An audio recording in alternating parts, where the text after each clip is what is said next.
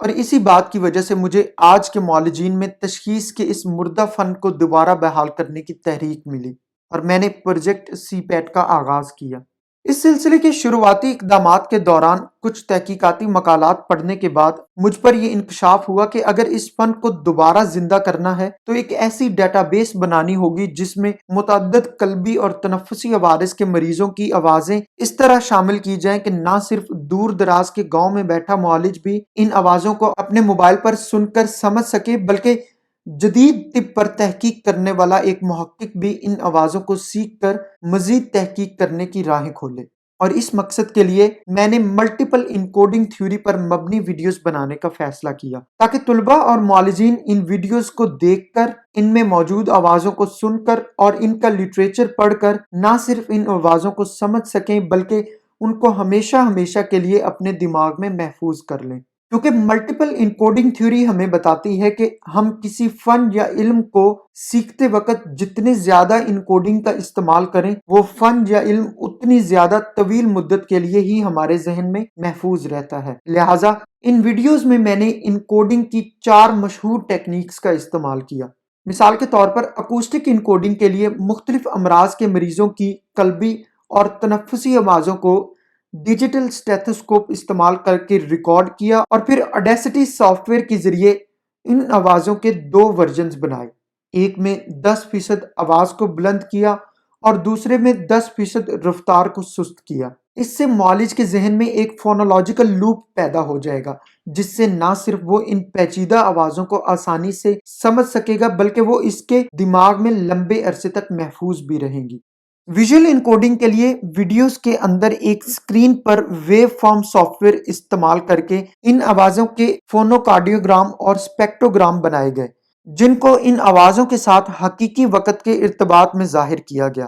تاکہ سیکھنے والا بہتر طور پر ان ویوز کی مدد سے آوازوں میں فرق کرنا سیکھ سکے اور ان کو سمجھ کر یاد کر سکے۔ سیمینٹک انکوڈنگ کے لیے چنکنگ اینڈ نیمونک کے ذریعے ان آوازوں کی کلیدی خصوصیات کی وضاحت کی گئی تاکہ چاہے طالب علم کے امتحان کے دوران یا معالج کی کلینکل پریکٹس کے دوران ان کو جب بھی ضرورت پیش آئے ان کی یادداشت سے اس فن کے علم کو آسانی سے بازیافت کروایا جا سکے۔ اور آخر میں سب سے اہم الیبریٹو انکوڈنگ کے لیے ان ویڈیوز میں آوازوں کے متعلق اہم معلومات جیسا کہ آواز کا نام، اس کی خصوصیات، اس کے متعلقہ امراض، اس کے مریض میں سننے کی جگہ اور طریقہ کے ساتھ ساتھ اسٹیتھوسکوپ کا کون سا حصہ یعنی ڈائفرام یا بیل کا استعمال کرنے کے بارے میں مکمل وضاحت کی گئی ہے۔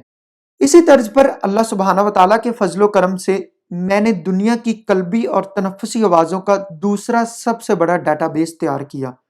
جس میں دل کی 28 مختلف امراض کی آوازیں 5 پلے لسٹ پر مشتمل ہیں۔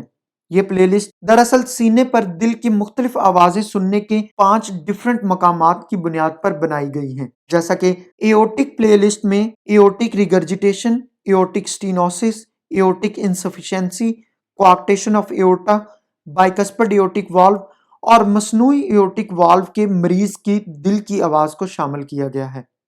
جبکہ پلمنری ایریا کی پلے لسٹ میں pulmonary stenosis, S2 split, atrial septal defect, patent ductus arteriosus اور رائٹ بنڈل برانچ بلاک کے مریض کے دل کی آواز کو شامل کیا گیا ہے۔ آبز ایریا کی پلے لسٹ میں پیریکارڈائٹس اور انفیکٹو اینڈوکارڈائٹس کے مریضوں کی دل کی آواز کو شامل کیا گیا ہے، جبکہ ٹرائکسپڈ ایریا کی پلے لسٹ میں صحت مند دل کی آواز کے ساتھ S1 سپلٹ، ٹرائکسپڈ اینڈ مائٹرل ریگرجیٹیشن، سسٹولک مرمر، ٹیٹرالوجی آف فیلٹ اور وینٹریکولر سیپٹل ڈیفیکٹ جسے عموماً دل میں سوراخ کے طور پر جانا جاتا ہے، اس کے مریض کے دل کی آوازوں کو شامل کیا گیا ہے۔ اور مائٹرل ایریا کی پلے لسٹ میں مائٹرل سٹینوسس، مائٹرل ریگرجیٹیشن، دل کی تیسری آواز، دل کی چوتھی آواز، ہارٹ فیلئر اور معمولی نوعیت کے امراض قلب کے مریضوں کی دل کی آواز کو شامل کیا گیا ہے،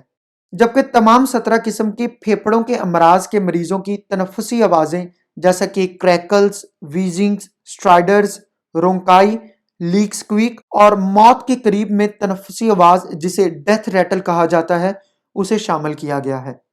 اور حال ہی میں اس پلے لسٹ میں کورونا کے مریض کے پھیپھڑوں کی آواز کو بھی شامل کیا گیا ہے۔ ویسے تو میں اسے دنیا کی دوسری سب سے بڑی ڈیٹا بیس کہتا ہوں، مگر جتنی میں نے اس پروجیکٹ پر تحقیق کی ہے میں نے یہ نتیجہ اخذ کیا ہے کہ اس ڈیٹا بیس کا دوسری کسی ڈیٹا بیس سے کوئی موازنہ نہیں ہے، کیونکہ وہ صرف آوازوں پر مشتمل ہے، جبکہ یہ اپنی نوعیت کی واحد ڈیٹا بیس ہے جو کہ ملٹیپل انکوڈنگ تھیوری پر مبنی ہے، اور اسی بنیاد پر یہ قلبی اور تنفسی آوازوں کو انتہائی سائنسی اور تحقیقی انداز میں تفصیلاً پیش کرتی ہے۔ یہ ڈیٹا بیس ہر سیکھنے والے طالب علم اور معالج کے لیے میری طرف سے بلا معاوضہ آن لائن دستیاب ہے، اور ان قریب اس پروجیکٹ کی تواسط سے ایک میڈیکل سیمولیٹر جسے ابن نفیس کے نام سے منسوب کیا گیا ہے وہ بھی لانچ کر دیا جائے گا، جسے میڈیکل یونیورسٹیز اور طبیہ کالجز میں اسٹوڈنٹس کو اس فن کی ٹریننگ دینے کے لیے اور ان کے امتحانات کے دوران استعمال کیا جائے گا۔ میں اس زوال پذیر فن کو زندہ کرنے کے لیے پورے پاکستان میں لائیو ٹریننگ سیشنز اور مختصر تربیتی کورس دینے کی سعی میں بھی ہوں۔ اس پروجیکٹ کے تحت میرا مستقبل میں منصوبہ ہے کہ ہمدرد یونیورسٹی کراچی میں پاکستان کی پہلی اکوسٹک لیب تیار کی جائے، جس کو استعمال کر کے ہم پہلی بار ایٹریل بروڈز اور وینس ہمپس یعنی شریانوں اور وریدوں میں خون کی گردش سے پیدا ہونے والی آواز اور ان کی امراض کی تشخیص میں اہمیت متعارف کروائیں گے، اور ایسا کرنے کے بعد انشاءاللہ اس ڈیٹا بیس کو مزید وسعت ملے گی جو بالآخر اسے دنیا کی سب سے بڑی ڈیٹا بیس بنائے گی، اور یہ ہماری طرف سے شہید پاکستان حکیم محمد سعید کو ایک خراج تحسین ہوگی۔ اور آخر میں یہ ایڈ کرنا چاہوں گا کہ یہ پروجیکٹ الحمدللہ پاکستان کے 3 سب سے بڑے میڈیکل ریسرچ کمپٹیشنز بھی جیت چکا ہے، جیسا کہ ڈاؤ یونیورسٹی آف کراچی کے زیر اہتمام امریکی تنظیم ڈائس کا 5واں all Pakistan medical research competition, Dawood university of engineering and technology کے زیر اہتمام نیشنل پروجیکٹ کمپٹیشن، اور Hamdard university project exhibition competition جو کہ ایکسپو سینٹر کراچی میں منعقد ہوا۔